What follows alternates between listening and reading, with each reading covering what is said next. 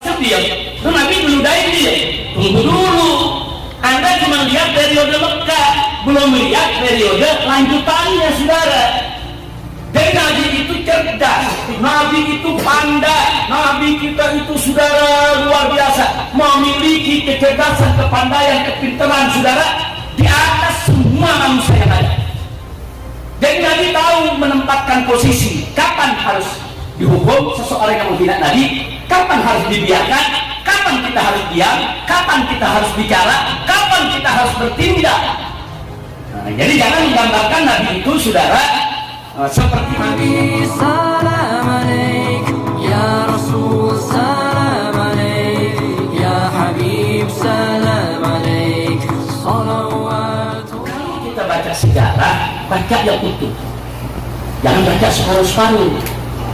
Jangan jawab, baca yang utuh. Bagaimana sejarah Nabi menghadapi penghinaan terhadap diri dia. Oh, dalam sejarah lengkap ya kawan.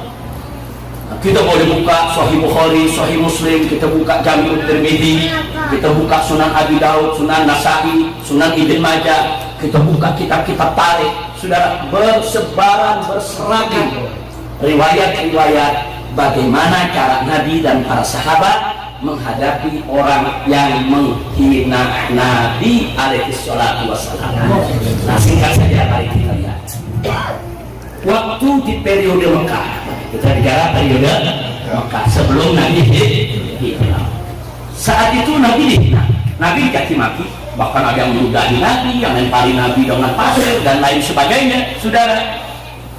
Nah, kemudian Nabi tidak membalas. Kenapa? Nah, kalau soal ini, saudara, anak Rodul Atfal juga bisa jawab. Loh, kenapa Nabi tidak balas?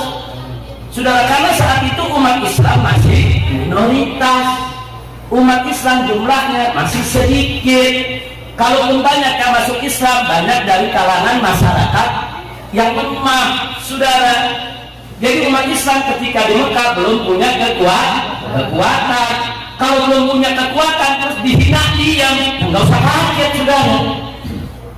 Kita pun saat ini kalau minoritas dihina, ya bisa buat apa? Jadi itu nggak usah diperdebatkan, jangan kemudian itu dijadikan dalil untuk sepanjang zaman. Wah, kalau begitu dihina itu Nabi disiram pasir diam. Itu Nabi meludahi dia. Tunggu dulu. Anda cuma lihat periode Mekah, belum lihat periode lanjutannya, saudara. Dan Nabi itu cerdas, Nabi itu pandai, Nabi kita itu saudara luar biasa, memiliki kecerdasan, kepandaian, kepintaran saudara di atas semua manusia yang ada. Jadi Nabi tahu menempatkan posisi, kapan harus dihukum seseorang yang menghina Nabi, kapan harus dibiarkan, kapan kita harus diam, kapan kita harus bicara, kapan kita harus bertindak. Nah, jadi jangan menggambarkan Nabi itu saudara seperti manusia biasa, seperti yang lainnya yang tidak mampu untuk menempatkan sesuatu pada tempat yang sebenarnya. Nah, jadi kenapa saat itu Nabi dihina, kok sahabat diam? Nah, boro-boro sahabat membela Nabi, mau mempertahankan akidahnya aja setengah mati. Bayangkan Ammar bin Yasir, ibu bapaknya dibunuh depan matanya, saudara. Bagaimana dengan Bilal, saudara, dipentang di tengah padang pasir, diikat, dikambuki, ditindih dengan batu karang yang besar. Umat Islam saat itu boro-boro membela Nabi yang dihina, saudara. Ini mau jaga keselamatan diri aja setengah mati. Kenapa? Karena posisi umat Islam masih lemah. Bukan lemah imannya ya, tapi lemah fisiknya, lemah jumlahnya, lemah personilnya, saudara. Ya wajar kalau saat itu orang-orang kafir yang hina Nabi masih dibiarkan. Kira-kira jelas tidak? Sekarang yang kedua, waktu Nabi hijrah ke Taif. Sebelum Nabi hijrah ke Madinah, beliau berusaha hijrah ke Taif. Nah, sampai di Taif apa yang terjadi? Beliau diusir, ditimpuki, disambiti, dicaci-maki, sampai luka, sampai berdarah-darah. Sudah, sampai malaikat datang kepada Nabi menawarkan diri, murni ya Rasulullah, perintahkan kepadaku ya Rasulullah, engkau terbalikan ini gunung yang ada di Taif untuk dimusnahkan itu warga Taif. Tapi Nabi tolak, ya berhenti dulu sampai di sini. Malaikat menawarkan bantuan menghancurin Taif. Saya bertanya, malaikat mampu? Mampu. Kalau Nabi Nganggukkan kepala selesai. Susah. Selesai kalau Nabi mau balas ya. Tapi saat itu apa yang dijawab oleh Nabi kepada malaikat yang datang? Kata Nabi, la bal aridu an yakhruja min aslabihim man yu'minu billahi wa rasulih. Jangan. Bahkan aku memohon kepada Allah, berharap kepada Allah agar di suatu hari nanti akan lahir dari keturunan mereka orang-orang yang beriman kepada Allah dan beriman kepada Rasulullah. Sudah. Nah, di sini ada pelajaran buat kita. Kenapa Nabi nggak balas? Nah, kalau di Mekah kita bilang waktu itu tadi lemah, umat Islam nggak bisa balas. Kali ini bukan nggak bisa balas nih, ada malaikat datang nawarin diri, kalau balas bisa. Bisa, cuma ada satu kunci yang Nabi ajarkan kepada kita ya ikhwah.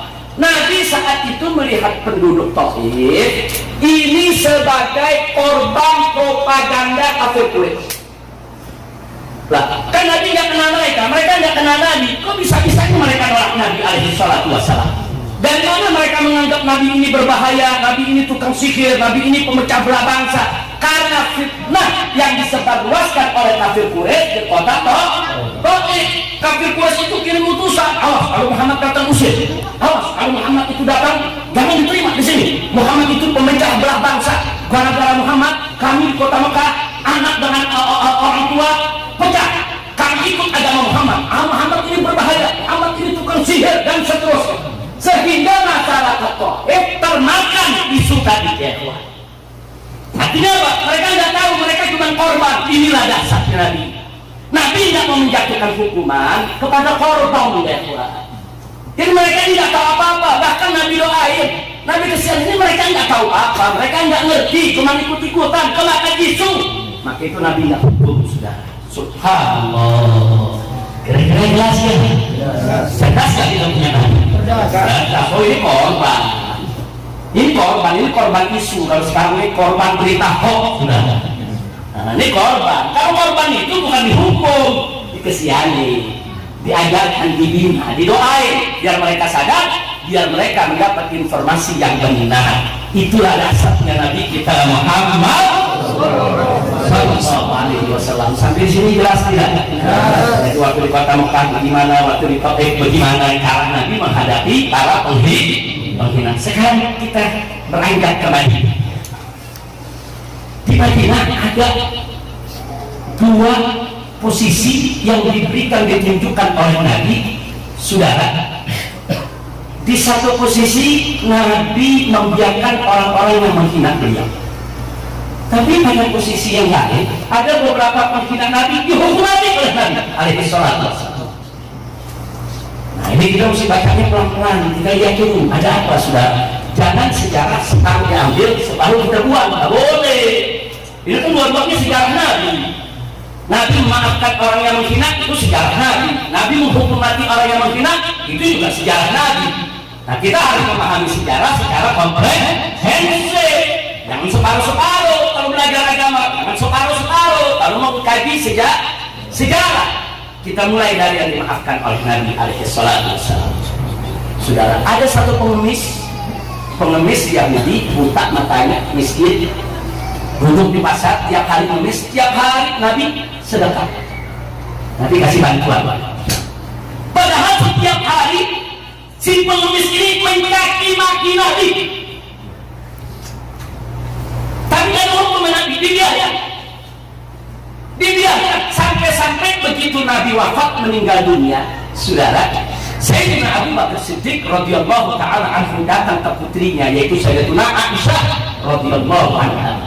Jadi Sayyidina Abu Bakar tanya kepada Siti Aisyah, dulu waktu Nabi hidup apa kebiasaan yang dilakukan oleh Nabi? Seperti membantu para janda, membantu para yatim, membantu pengemis dan lain sebagainya. Salah satu yang disebut oleh Siti Aisyah, di pasar itu ada pengemis yang Nabi nggak pernah lupa bantuin. Sayyidina Abu Bakar melanjutkan kebaikan Nabi SAW. Nah, ini satu pintanya Sayyidina Abu Bakar Siddiq radhiyallahu anhu kepada Nabi kita Muhammad sallallahu alaihi wasallam. Dulu yang pernah dibantu Nabi janda mana? Dibantu Abu Bakar Siddiq. Dulu yang pernah dibantu sama Nabi yatim mana? Dibantu oleh Sayyidina Abu Bakar Siddiq. Nah, Sayyidina Abu Bakar datang ke orang tadi, dibantu oleh Sayyidina Abu Bakar sebagaimana dulu Nabi. Begitu dibantu, dipegang tangan Abu Bakar sama si pengemis tadi. Si pengemis ini bilang apa? Ini tangan bukan tangan yang biasa bantu lagi. Karena tangan yang dipegang dulu tangan ini tangan lain.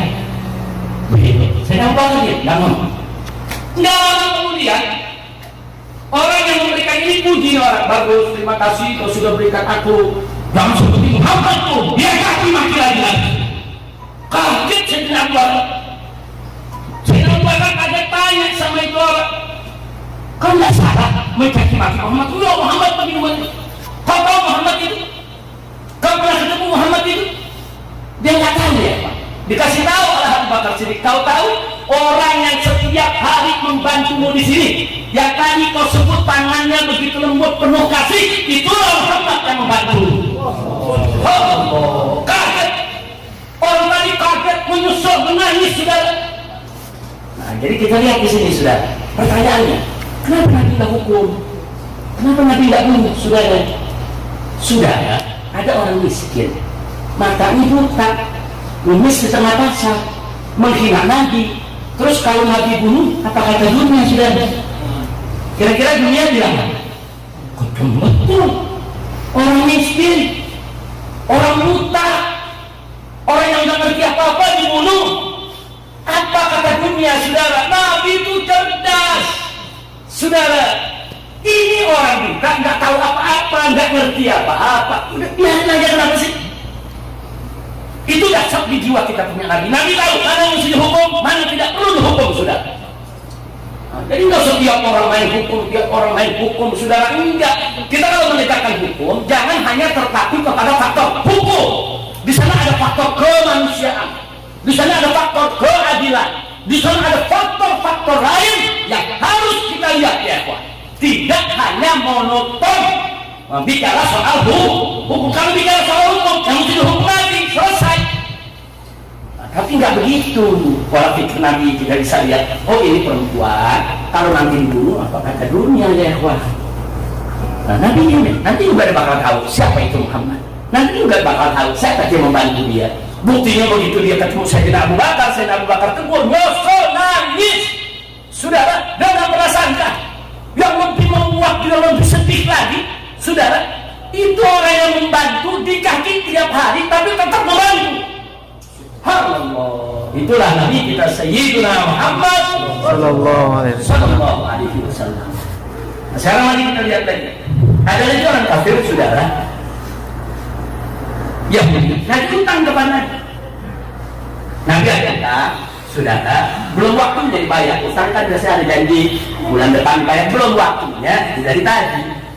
Nah, mungkin si Yahudi ini lagi butuh, saudara. Nah, cuma naginya nggak sopan. Begitu nggak sopan, sahabat Nabi yang duduk di samping Nabi berdiri, ya Rasulullah, da'ni an aras. Ya Rasulullah, izinkan aku biar aku tebas ke tanah hewan ini. Kurang aja. Enggak salah sahabat saat itu yang duduk di samping Nabi, Sayyidina Umar bin Khattab. Sayyidina Umar marah. Apa kata Nabi? Ya Umar, nah, Idris Magana duduk. Seharusnya kau nasihati dia supaya sabar lagi utang. Dan mestinya kau nasihati aku supaya buru-buru bayar utang. Subhanallah. Jadi artinya kenapa Nabi tidak izinkan untuk dibunuh? Ini bukan urusan agama, ini urusan dunia, urusan utang. Diutang, saudara. Karena ini urusan dunia, urusan utang piutang, urusan Nabi sama Yahudi. Jangan Umar nggak boleh sembarangan bunuh orang, saudara. Subhanallah. Jadi saya jawab, kenapa nggak dibunuh? Kenapa nggak dihukum mati? Karena itu urusan pribadi. Ini dasarnya karakter kita punya Nabi. Kalau urusan pribadi, Nabi dikira, Nabi dikaki mati, Nabi tidak akan balas. Kalau urusan pribadi, enggak, Nabi pemaaf.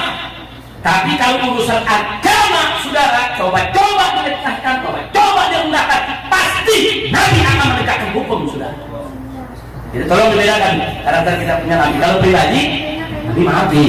Kira-kira jelas tidak? Oh, ini pribadi, urusan utang dia marah, ya sudah. Nabi maafi. Yang ketiga, saudara, waktu Nabi dan para sahabat di kota Madinah ini mau berangkat perang.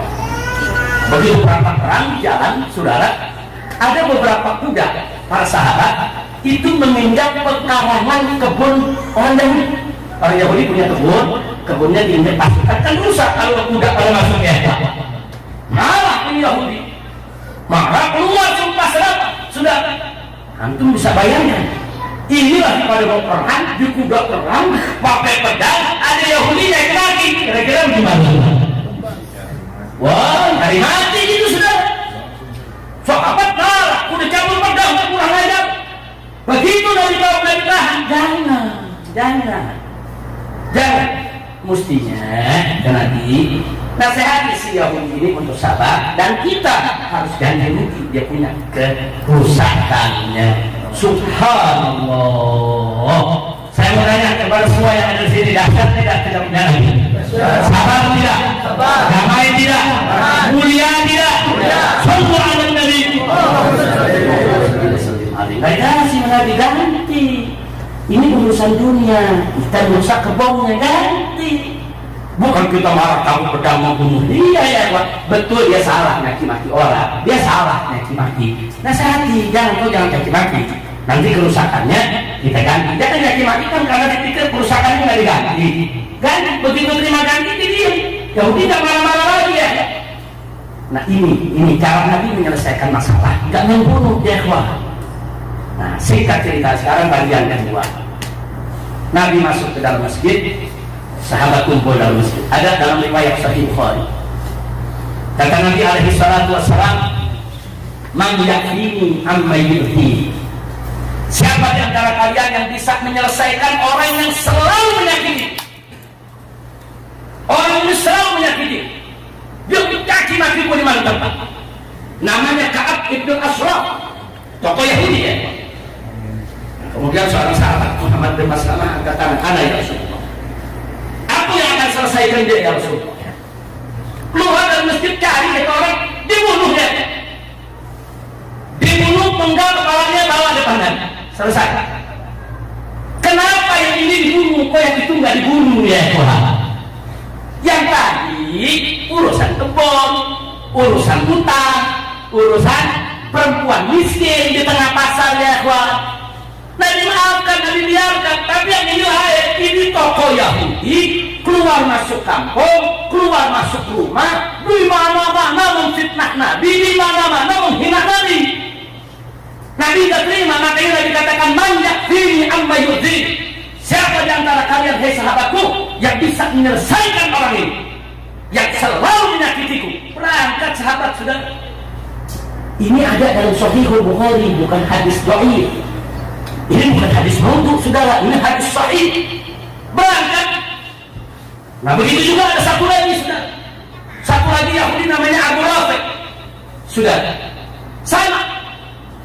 Nabi kumpulkan lagi sahabat. Nabi tanyakan siapa yang siap untuk membunuh daripada Abu Rafi tadi. Sahabat angkat tangan Nabi, berangkat, ditarik, dibunuh, selesai. Nah sahabat nggak banyak ngomong ya Tuhan. Mana menyakiti Nabi? Apalagi sudah diperintah oleh Nabi, jangan berangkat, dibunuh atas perintah Nabi. Jadi jangan kita kemudian malu cerita, malu nih, masa sih Nabi mengirim sahabat untuk bunuh orang? Ya ikhwan, ini Nabi sedang menegakkan hukum, bukan Nabi ganas, bukan Nabi jahat. Ini hukumnya dari Allah. Enggak boleh orang menghina Nabi Muhammad sallallahu alaihi wasallam. Kalau enggak mau dibunuh, ya jangan hina Nabi. Selesai. Saudara. Dan enggak sampai di situ, saudara. Beberapa sahabat di tengah jalan bertemu dengan orang yang menghina Nabi, dibunuh. Sayyidina Ali pernah bunuh satu perempuan Yahudi di tengah pasar, sudah dibunuh karena menghina Nabi. Abdullah ibn Zubair kena bunuh orang Khalid betul dibunuh. Siapapun yang menghina Nabi ya. Dan semuanya direstui oleh Nabi alaihi salatu wassalam. Tidak ada satupun yang tidak direstui oleh Nabi. Padahal Nabi tidak nyuruh dia.